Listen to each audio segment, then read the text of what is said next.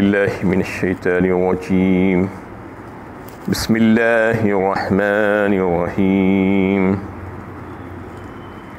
اولئک الذین لعنهم اللہ فأصمهم وعمی ابصارهم، یہی وہ لوگ ہیں جن پر اللہ تعالیٰ نے لعنت کی، پھر ان کو بہرا اور اندھا بنا دیا۔ یہ سورہ محمد کی 23ویں آیت ہے۔ اس سے گزشتہ درس میں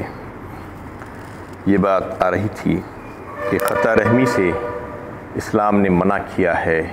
اور صلہ رحمی کی تاکید کی ہے۔ جن سے رشتہ جتنا قریب کا ہو ان کا حق انسان پر اتنا ہی زیادہ ہوگا، اس کے ساتھ اتنا ہی وہ حسن سلوک کا مستحق ہوگا، یہ بات واضح کی گئی۔ اور قطع رحمی کے جو نقصانات ہیں، جو احادیث اس کے بارے میں آئی ہیں، جو سخت وعیدیں آئی ہیں، اس کا تذکرہ کیا گیا۔ بعض دفعہ یہ ہوتا ہے کہ لوگ قطع رحمی کرتے ہیں اور اپنے کام کو جسٹیفائی کرنے کے لیے لاجک بھی پیش کرتے ہیں کہ فلاں صاحب نے ہمارے ساتھ ایسا کیا تھا، اس لیے ہم بھی ان کے ساتھ ایسا ہی کر رہے ہیں، اس کے بدلے میں، اس کے جواب میں۔ اللہ تعالیٰ نے اس کی اجازت نہیں دی ہے۔ قطع رحمی کرنے کے لیے کبھی بھی اجازت نہیں دی گئی ہے، کوئی میں نے مشروط اجازت بھی نہیں ہے، کنڈیشنل جسے کہتے ہیں، کہ کوئی اگر آپ کے ساتھ برا سلوک کرے، کوئی آپ سے رشتہ ناتا توڑے، کوئی آپ کے ساتھ بدسلوکی کرے تو آپ بھی ایسا کر سکتے ہیں، ایسا نہیں کہا ہے اللہ تعالیٰ نے۔ بس ایک ہی ہے، ون وے ٹریفک ہے کہ تم ان سے رشتہ نہیں توڑنا، تم ان کے ساتھ قطع تعلق نہیں کرنا، قطع رحمی نہیں کرنا، یہ بتا دیا گیا ہے۔ یہ اللہ تعالیٰ کی قائم کردہ رشتے ہیں، یہ رشتوں کو جو ہے ہمیں اختیار نہیں بنتا کہ اس کو خراب کریں۔ تو اس لیے جو کوئی بھی ایسا کام کر رہے ہیں اپنی انا کو فنا کرتے ہوئے، یعنی اللہ کی خاطر اس سے گلے مل لینا چاہیے موت سے پہلے، کیونکہ اگر ایسی حالت میں موت آ جائے گی خدا نخواستہ تو پھر اللہ تعالیٰ کو منہ دکھانے کے قابل نہیں رہیں گے، کیونکہ اس میں حدیث میں جو ہے واضح بات آ گئی ہے کہ اللہ تعالیٰ سخت ناراض ہوں گے ایسے لوگوں سے جو رشتے ناتے توڑتے ہیں، جو اپنے اقربا سے جو ہے نہیں ملنا چاہتے، ان کے ساتھ اچھا سلوک نہیں کرنا چاہتے۔ اور اس میں جو بات ہے کہ اللہ تعالیٰ ایسے لوگوں پر لعنت فرماتے ہیں، ان کو اپنی رحمت سے دور فرما دیتے ہیں۔ فَأَصَمَّهُمْ وَعَامَ أَبْصَارُهُمْ، پھر فرما دیا گیا کہ ان کو بہرا اور اندھا بنا دیا، اس لیے سن نہیں رہے ہیں، ورنہ اگر سنتے اور سمجھتے ہوتے تو کبھی بھی ایسا کام نہیں کرتے۔ اور فساد فی الارض بھی آیا ہے ایک آیت میں، یعنی ایسا کام کرنے والوں کے ساتھ بار بار قطع رحمی کے ساتھ فساد فی الارض۔ فساد فی الارض اس وجہ سے کہ اگر دنیا میں آپ لوگوں کے ساتھ اچھا سلوک نہیں کریں گے، ان کا حق ان کو نہیں دیں گے، صلہ رحمی کا معاملہ نہیں کریں گے، تو زمین میں فساد ہوگا، دشمنی ہوگی، ایک دوسرے سے لڑائی جھگڑا ہوگا، اس کے بعد آخر کام اس کا یہ ہوگا کہ ہتھیار اٹھائیں گے لوگ، آپ سے لڑیں گے، آپ کے خلاف ہو جائیں گے۔ یہ اس سے بچانے کے لیے اللہ تعالیٰ یہ چاہتے ہیں کہ جس کا حق جو بنتا ہے اس کو ادا کر دیا جائے۔ افلا يتدبرون القرآن ام على قلوب اقفالها، کیا یہ لوگ قرآن کے مضامین پر غور نہیں کرتے یا ان کے دلوں پر قفل لگے ہوئے ہیں؟ اس میں غور و فکر کی دعوت دی جا رہی ہے کہ قرآن آیا ہی اس لیے ہے کہ تم اس کو پڑھو، سمجھو، اس کے معنی اور اس کے مفہوم سمجھو، اور اس پر جو ہے اپنی اپنی استطاعت کے مطابق حتی المقدور جو ہے کوشش کرو کہ اس میں اللہ تعالیٰ نے کیا پیغام بھیجا ہے اس کو سمجھنے کی کوشش کرو۔ یہ ایسے ہی اس کو جو ہے بند کر کے رکھنے کے لیے نہیں آیا ہے، یہ تو جو ہے سمجھنے کے لیے آیا ہے، یہ کتاب ہدایت ہے۔ اور اگر کوئی ایسا نہیں کر رہا تو اللہ تعالیٰ سوالیہ انداز میں پوچھ رہے ہیں، کیا ان کے دلوں پر قفل لگے ہوئے، کیا اس کو پڑھنا نہیں چاہتے، سمجھنا نہیں چاہتے، اس وجہ سے ایسی حرکتیں کر رہے ہیں۔ ان الذين ارتدوا على ادبارهم من بعد ما تبين لهم الهدى الشيطان سول لهم واملى لهم، جو لوگ راہ ہدایت ظاہر ہونے کے بعد پیٹ دے کر پھر گئے اور شیطان نے اس روش کو ان کے لیے سہل بنا دیا اور انہیں جھوٹی امیدوں میں مبتلا کر دیا۔ یعنی جو لوگ ہدایت کے راستہ واضح ہو جانے کے باوجود بھی اس پر چلنا نہیں چاہتے، حق سامنے آنے کے باوجود بھی اس کو قبول کرنا نہیں چاہتے، تو ان کا معاملہ یہ ہے کہ شیطان ان کو جو ہے یہ کام آسان کر دیا ہے ان کے لیے، اور ان کے جو برے اعمال ہے اس کو مزین کر کے دکھلا دیا ہے، اور ان کو جھوٹی آرزو میں ڈال دیا ہے، اور ان کو لمبی لمبی آرزو اور تمناؤں میں جو ہے الجھا دیا ہے، یہ کہہ کر کہ تمہاری ابھی زندگی بہت باقی ہے، تم دنیا میں جو ہے ایک لمبا عرصہ تم کو جینا ہے، اور بعد میں کر لینا اچھے اچھے کام، فی الحال تو اپنی مرضی سے کام کر لو، یہ کر کر جو ہے الجھا دیا ہے بہت سے لوگوں کو۔ ذالک بانہم قالوا، ذلك بأنهم قالوا للذين كرهوا ما نزل الله سنطيعكم في بعض الأمر والله يعلم إسرارهم. ان کا یہ عمل اس لیے تھا کہ جو لوگ اللہ تعالیٰ کے نازل کیے ہوئے دین کو ناپسند کرتے تھے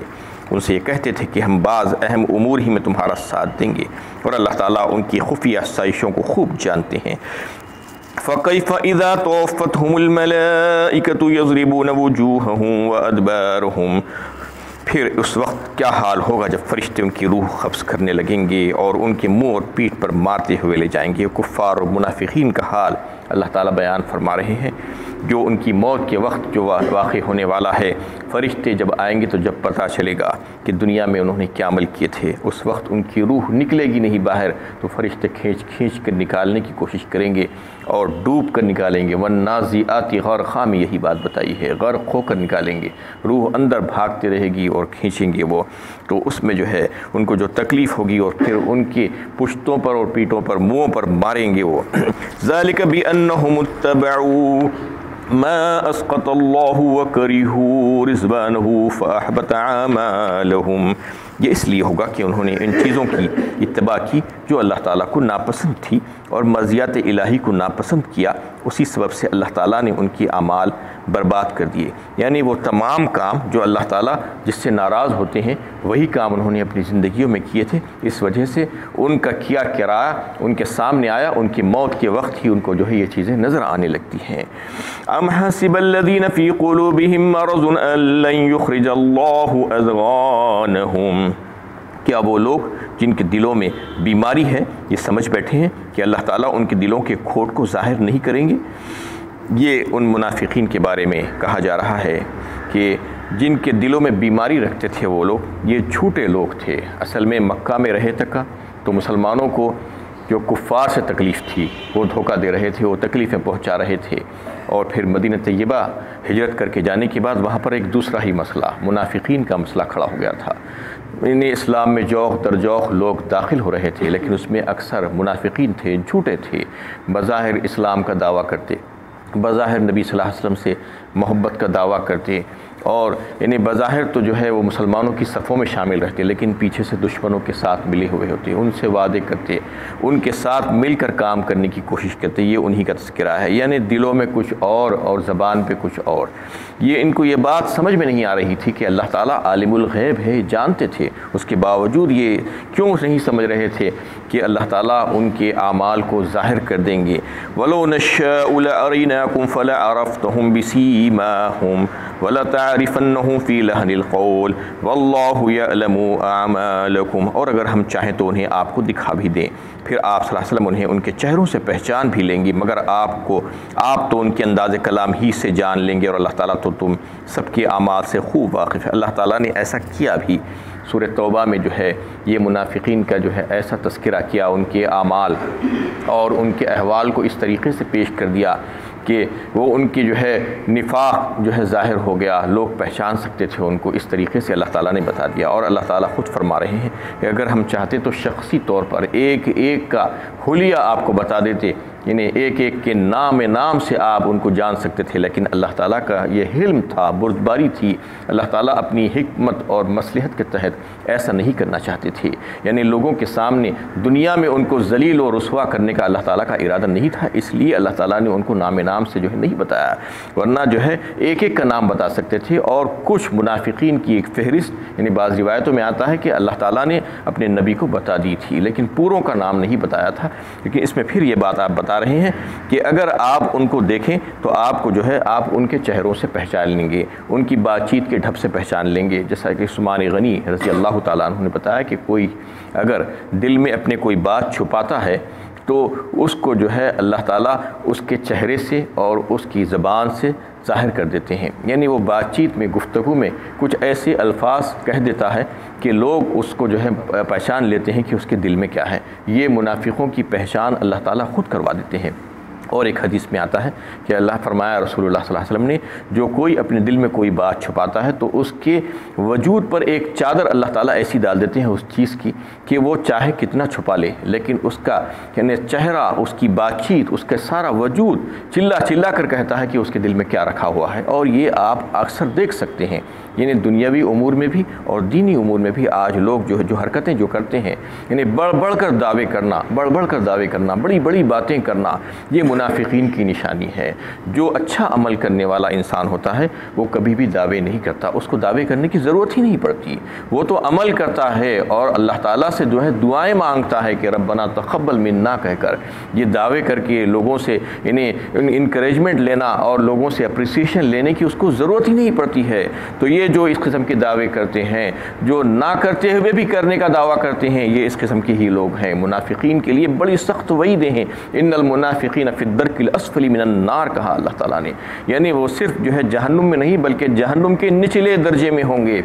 وہ چاہے اپنے آپ کو کچھ کہہ لیں، دنیا میں تو جو ہے بہت خوش پھرتے ہیں وہ، اور یہ سمجھتے ہیں کہ ہم تو بڑے اچھے مسلمان ہیں۔ یہ فیصلہ اللہ تعالیٰ فرما دیں گے، اس لیے اللہ تعالیٰ نے اس کو روک کر رکھا ہے، یعنی کسی کو اجازت نہیں دی ہے کہ کسی کو منافق کہنے کی، اس لیے کہ دلوں کے حالوں سے تو اللہ تعالیٰ واقف ہے، لیکن ظاہری طور پر تو وہ اپنے عمل سے یہ بات بتاتے ہی رہتے ہیں، لیکن پھر بھی شخصی طور پر، فردی طور پر کسی کو فرداً کسی کو یہ نہیں کہا جا سکتا کہ تم منافق ہو، کیونکہ اللہ تعالیٰ نے فرما دیا کہ ہم نے اس کو چھپا کر رکھا ہے، تو تم کو بھی چاہیے کہ تم علیم و خبیر کے حوالے کر دو یہ معاملہ، اور تم اس کے ظاہری اسلام ہی کو دیکھو، ظاہر میں وہ کیا کر رہا ہے۔ آج تو بڑی بدبختی کی بات ہے کہ مسلمان ظاہر میں بھی نہیں کر رہے ہیں، اس وقت تو کم از کم ظاہر میں تو کر ہی لیتے تھے، مسلمانوں کی صفوں میں وہ لوگ شامل رہتے تھے، نمازیں ادا کرتے تھے، زکوٰۃ ادا کرتے تھے، جہاد میں بھی شرکت کرتے تھے، کم از کم 4 نمازیں تو پڑھ ہی لیتے تھے۔ آج مسلمانوں کا کیا حال ہے دیکھیے، 1 نماز بھی نہیں پڑھ رہے ہیں بہت سے مسلمان، تو وہ لوگ تو کم از کم دکھاوے کے ہی صحیح، جو ہے ان کے دلوں میں کیا تھا پتہ نہیں ہے، کیونکہ دلوں میں جب نفاق اور بیماری ہوتی ہے تو وہ باہر ظاہر ہوتی ہے۔ اور آج کوئی کتنے بڑے دعوے کر لے کہ میرا دل بہت اچھا ہے، میرا ایمان بہت اچھا ہے، مجھے بہت محبت ہے اسلام سے اور رسول کریم صلی اللہ علیہ وسلم سے، لیکن اس کا عمل جو ہے کیسا ہے دیکھیے آپ۔ اگر عمل خراب ہے تو پھر دل اچھا کیسے ہو سکتا ہے، دل میں ایمان کیسے ہو سکتا ہے؟ کیونکہ جو فکر ہوگی، جو افکار ہوں گے وہ اقوال ہوں گے، زبان پہ وہی بات آئے گی، اور جو اقوال ہوں گے وہ اعمال ہوں گے، یہی جو ہے سلسلہ ہو سکتا ہے۔ فکر اگر خراب ہے آپ کی تو پھر قول بھی آپ کے خراب ہوں گے، آپ کی زبان بھی خراب ہوگی، اور آپ کی زبان سے جو چیز بھی نکلے گی وہی جو ہے آپ اس پر عمل کرنے والے ہوں گے۔ تو اس میں اللہ تعالیٰ نے جو ہے ان منافقین کا حال بیان کیا ہے کہ وہ لوگ جو ہے بڑا تنگ کر کے رکھ دیے تھے اور انہیں تکلیفیں پہنچا رہے تھے مدینہ طیبہ جانے کے بعد مسلمانوں کو۔ وَلَنَبْلُوَنَّكُمْ حَتَّى نَعْلَمَ الْمُجَاهِدِينَ مِنْكُمْ وَالصَّابِرِينَ وَنَبْلُوَ أَخْبَارَكُمْ، اور ہم تم کو ضرور آزمائش میں مبتلا کرتے رہیں گے تاکہ جان لیں کہ تم میں جہاد کرنے والے اور ثابت قدم رہنے والے کون ہیں، اور یہ بھی مقصود ہے کہ تمہارے احوال کی جانچ کریں۔ اس میں اللہ تعالیٰ ایک بات بتا رہے ہیں کہ جہاد جو ہوتی تھی اس میں بھی منافقین اور مخلصین کھل کر سامنے آ جاتے تھے۔ کئی ایک موقعوں پر ایسا ہوا کہ جہاد میں جانے کے بعد پلٹ کر آ گئے، اور وہاں پر جانے کے بعد بجائے مسلمانوں کی مدد کرتے، ان کی خیر خواہی کرتے، دشمنوں کے ساتھ مل گئے۔ یہ جو ہے ان کے لیے یعنی واضح طور پر نشانی بن جاتی تھی کہ وہ اللہ تعالیٰ کے یعنی فرما بردار ہیں یا نافرمان ہیں۔ اللہ تعالیٰ فرما رہے ہیں کہ ہم جان لیں، حالانکہ اللہ تعالیٰ تو سب کچھ جانتے تھے، ان کو پتہ تھا شروع سے، ان کی جو ہے تقدیر میں جو کچھ لکھا ہوا تھا وہی وہ کر رہے تھے، لیکن اس کا ظہور ہو جائے گا۔ جاننے کا مطلب یہ ہے کہ لوگوں کے سامنے بھی آ جائے گا اور لوگ بھی اس کو جان لیں گے، لوگوں کو بھی معلوم ہو جائے گا کہ یہ کیا کہتا پھرتا ہے اور کیا کرتا ہے۔ یہ جو ہے اللہ تعالیٰ اس میں فرما رہے ہیں کہ ہم جان لیں گے کہ تم میں سے مجاہدین کون ہیں، جو اللہ کی راہ میں اپنے جانوں اور مالوں کو قربان کر دیتا ہے، اور جو تکلیف میں جو ہے صبر کرتا ہے، اس کے بارے میں ہم جو ہے پہچان لیں گے۔ وآخر دعوانا الحمدللہ۔